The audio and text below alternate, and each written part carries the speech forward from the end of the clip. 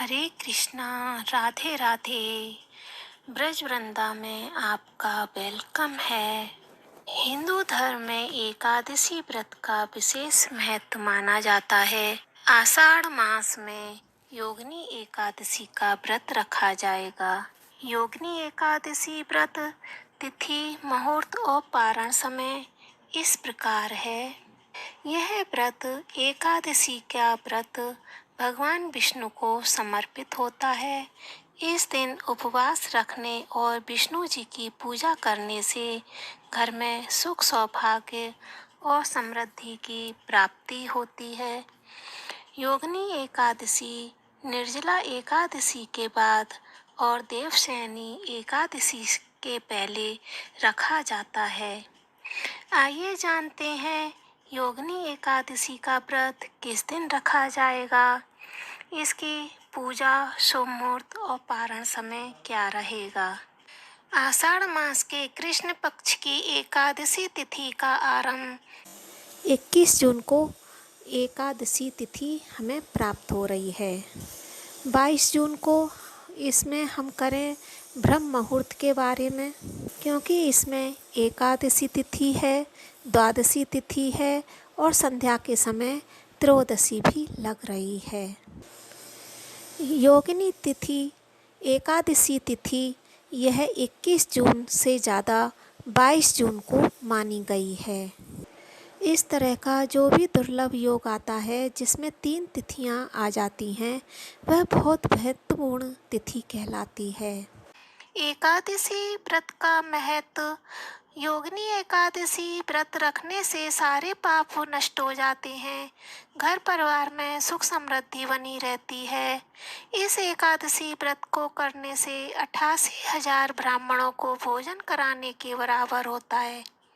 योगिनी एकादशी का व्रत कोई भी व्यक्ति कर सकता है, चाहे वह युवा हो या वृद्ध, और यह उन व्यक्तियों के लिए है जो किसी भी तरह की बीमारी या स्वास्थ्य समस्याओं से बचना चाहते हैं। यह व्रत उन लोगों के लिए विशेष रूप से महत्वपूर्ण है जो कुष्ठ रोग सहित किसी भी त्वचा संबंधी पीड़ा से पीड़ित हैं, समस्या से पीड़ित हैं। यह व्रत कई अन्य एकादशी व्रतों की तरह काफी फलदायी है। सभी पिछले पापों और बुरे कर्मों को दूर करता है और अच्छा स्वास्थ्य प्रदान करता है। पद्म पुराण में कथा इस प्रकार है। एक बार धर्मराज युधिष्ठिर भगवान श्री कृष्ण के पास गए और पूछा, हे जनार्दन, कृपया योगिनी एकादशी की कथा सुनाइए। भगवान श्री कृष्ण ने उत्तर में राजा को संबोधित करते हुए कहा, हे राजन, आषाढ़ मास के कृष्ण पक्ष में आने वाली एकादशी का नाम योगिनी है। इस दिन व्रत करने से सभी पाप नष्ट हो जाते हैं और इस लोक में सुख की प्राप्ति होती है, साथ ही परलोक में मोक्ष की प्राप्ति होती है। हे राजन, राजेश्वर, यह एकादशी तीनों लोकों में प्रसिद्ध है और इसके व्रत से पाप नष्ट हो जाते हैं। मुझे पुराण में वर्णित कथा सुनाने की अनुमति दीजिए। ध्यान पूर्वक सुनिए। योगिनी एकादशी व्रत कथा। अलकापुरी नगर में यक्षों के शासक और शिव के भक्त राजा कुबेर का शासन था। कुबेर के सेवकों में से एक हेममाली देवता की पूजा के लिए मानसरोवर से फूल लाने के लिए जिम्मेदार था। हेममाली का विवाह विशालाक्षी नाम की एक खूबसूरत महिला से हुआ था। एक दिन मानसरोवर से फूल इकट्ठा करने के बाद हेममाली कामुक इच्छाओं के आगे झुक गया और अपनी पत्नी के साथ भोग विलास में लिप्त हो गया। लेकिन उसने कुबेर को फूल देने की उपेक्षा की। जैसे जैसे कुबेर की पूजा का समय नजदीक आता गया, क्रोधित होते राजा ने अपने सेवकों को आदेश दिया कि वे पता लगाएं कि हेममाली ने अभी तक फूल क्यों नहीं चढ़ाए हैं। स्थिति का पता चलने पर सेवक कुबेर के पास वापस आए और उन्होंने बताया, हे राजन, माली अभी भी अपनी पत्नी के साथ भोग विलास में मगन है। इस खबर से क्रोधित होकर कुबेर ने हेममाली को बुलाया। भय से कांपता हुआ हेममाली कुबेर के सामने आया। उसकी उपस्थिति देखकर कुबेर क्रोध से भर गया और उसके ओष्ठ कांपने लगे। उसने हेममाली को डांटते हुए कहा, हे पापी और नीच दुष्ट, तूने देवताओं के स्वामी मेरे सबसे पूज्य देवता भगवान शिव का अनादर किया है। मैं तुझे शाप देता हूँ कि तू अपनी पत्नी से वियोग सहेगा और मृत्युलोक में पहुंचकर कौड़ी बन जाएगा। इस प्रकार कुबेर द्वारा शापित होकर हेममाली पृथ्वी पर गिर पड़ा और कौड़ी बन गया। पीड़ा से भटकते हुए वह अंततः मार्कंडेय ऋषि के आश्रम में पहुंचा। हेममाली की दयनीय स्थिति को देखते हुए ऋषि ने पूछा, तुम पर क्या विपत्ति आई है, जिसने तुम्हारा एक बार सुंदर रूप छीन लिया है। अपनी आध्यात्मिक शक्तियों के माध्यम से मैंने जाना है, तुम्हारा शरीर एक बार शानदार था। हाथ जोड़कर हेममाली ने कहा, हे मुनि, मैं यक्षराज कुबेर का हेममाली नाम का एक निजी सेवक था। राजा की पूजा के लिए पुष्प लाना मेरा दैनिक कर्तव्य था, किंतु एक दिन मैं अपनी पत्नी के साथ भोग विलास में लीन हो गया, जिसके कारण मैंने लौटने में विलंब कर दिया। फलस्वरूप मैंने दोपहर से पहले पुष्प नहीं पहुंचा सका, जिसके कारण कुबेर ने मुझे पत्नी वियोग, कोढ़ तथा मृत्युलोक यानी पृथ्वी में कष्ट भोगने का श्राप दे दिया। इस प्रकार मैं अपनी पत्नी से वियोग, कौड़ी तथा अपने दुखों से त्रस्त होकर कौड़ी हो गया। मैं आपसे प्रार्थना करता हूँ कि आप मुझे अपने दुखों से मुक्ति का उपाय बताइए। जवाब में मार्कंडेय ऋषि बोले, चूंकि तुमने मुझसे सच कहा है, इसलिए मैं एक ऐसा व्रत बताता हूँ जो मोक्ष दिलाएगा।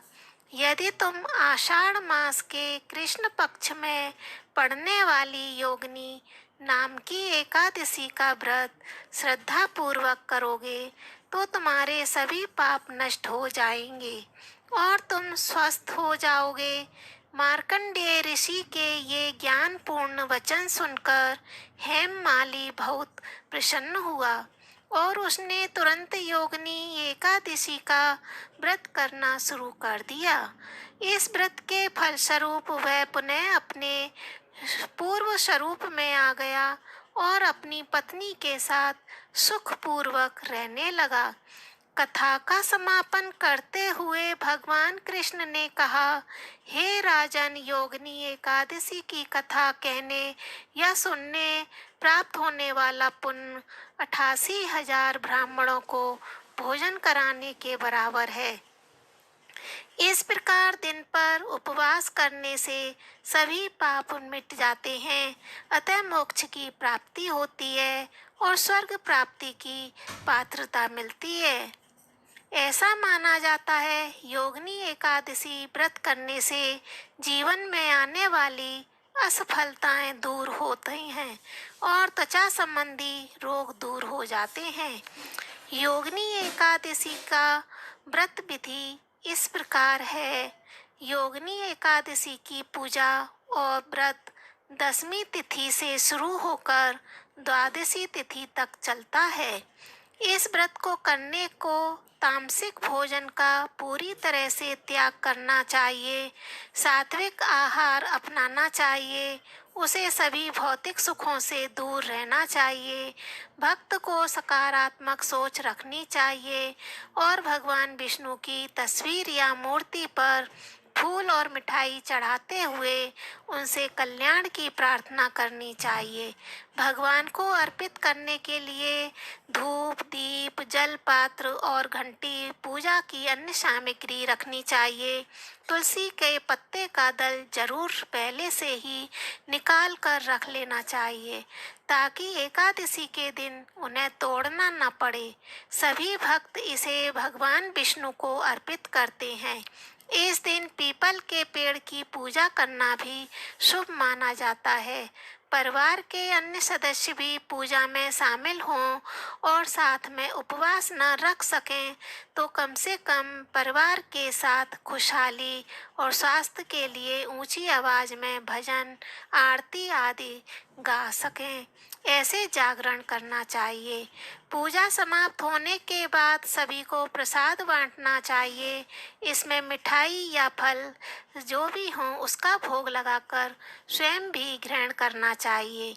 व्रत रखने वाले को यह याद रखना चाहिए कि उसे एक या अधिक से 2 बार बिना अनाज और नमक के खाना है।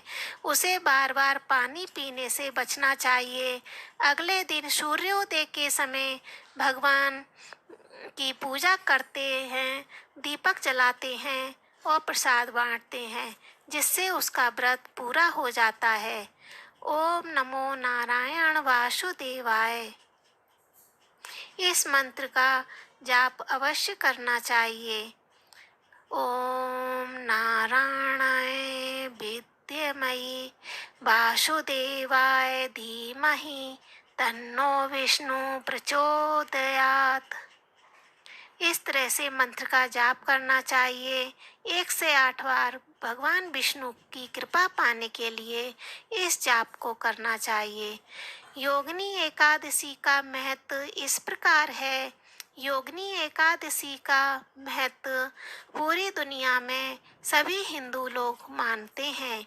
योगिनी एकादशी के अनुष्ठानों का पालन करते हैं, वह अच्छा स्वास्थ्य प्राप्त करते हैं और समृद्ध होते हैं और बदले में खुशहाल जीवन जीते हैं। एक व्रत को वर्ष में अवश्य करना चाहिए। इससे 88,000 ब्राह्मणों को भोजन कराने के बराबर फल मिलता है। योगिनी एकादशी व्रत और पूजा का अगर सख्ती से पालन किया जाए तो इसका जीवन पर गहरा प्रभाव पड़ता है। अन्य एकादशी व्रतों की तरह यह व्रत भी सूर्योदय से शुरू होकर अगले दिन सूर्योदय तक चलता है। व्रत रखने वाले व्यक्ति को गेहूं, जौ या चावल जैसे किसी भी प्रकार के अनाज का सेवन नहीं करना चाहिए। योगिनी एकादशी के दिन सूर्योदय से पहले उठकर स्नान करें। व्रत के दौरान पूरे दिन साफ सफाई रखें और भगवान विष्णु के मंत्रों का जाप करें। व्रत के अनुसार व्रती को रात में जागकर भगवान विष्णु से अच्छे स्वास्थ्य की कामना करें। इस दिन एकादशी के व्रत में क्या खाएं? एकादशी व्रत के दौरान भोजन करना निषिद्ध कहलाता है। सभी एकादशियों में निर्जला एकादशी के दौरान ही जल नहीं पीना चाहिए। इसके अलावा हिंदू संस्कृति में एकादशी व्रत के दौरान क्या खाना चाहिए, इसके बारे में हम बता रहे हैं। जो पूर्ण उपवास रखने में असमर्थ हैं, भोजन इस प्रकार है जो उत्तम और पसंदीदा हो। वायु, गाय का दूध, दही, मूत्र, गोबर, जल, गेहूं की बनी रोटी, सादा चावल शास्त्र वर्जित है। एक बार केवल भोजन करना चाहिए। योगिनी एकादशी को भगवान जगन्नाथ जी के भक्तों के लिए अद्वितीय है, क्योंकि इस दिन भगवान जगन्नाथ, कृष्ण, बलभद्र यानी कृष्ण के बड़े भाई और सुभद्रा उनकी छोटी बहन की मूर्तियों का औषधियों से उपचार किया जाता है, क्योंकि ऐसा माना जाता है स्नान पूर्णिमा के दौरान स्नान करने के बाद वे बुखार से पीड़ित हो जाती हैं। मूर्तियों को गर्भगृह से अलग अलग कमरे में रखा जाता है, क्योंकि देवताओं को स्वास्थ्य के लाभ के लिए एकांत में रखा जाता है। इस दिन के अनुष्ठान में चंदन और खली नामक एक कार्बनिक पदार्थ का उपयोग किया जाता है। इसे खली लागी एकादशी नाम भी मानते हैं।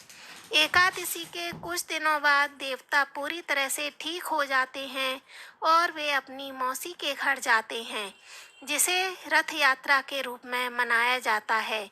योगिनी एकादशी का पारण का समय 3 जुलाई को सुबह 5:49 से सुबह 7:10 तक रहेगा। जय श्री कृष्णा। राधे राधे। सुनने के शौकीन हैं तो हमारे इस चैनल यानी ब्रज वृंदावन यूट्यूब चैनल को अभी सब्सक्राइब कर लीजिए और साथ में घंटी को दबाकर ऑल पर सेट कर दीजिए ताकि आने वाली वीडियो आपको तुरंत मिलती रहे। आपका प्यार स्नेह इसी प्रकार बना रहे। जय श्री कृष्णा। राधे राधे। वीडियो को लाइक शेयर और सब्सक्राइब जरूर करें और अधिक से अधिक शेयर करें जिससे सभी भक्तजन इसका लाभ उठा सकें। जय श्री कृष्णा।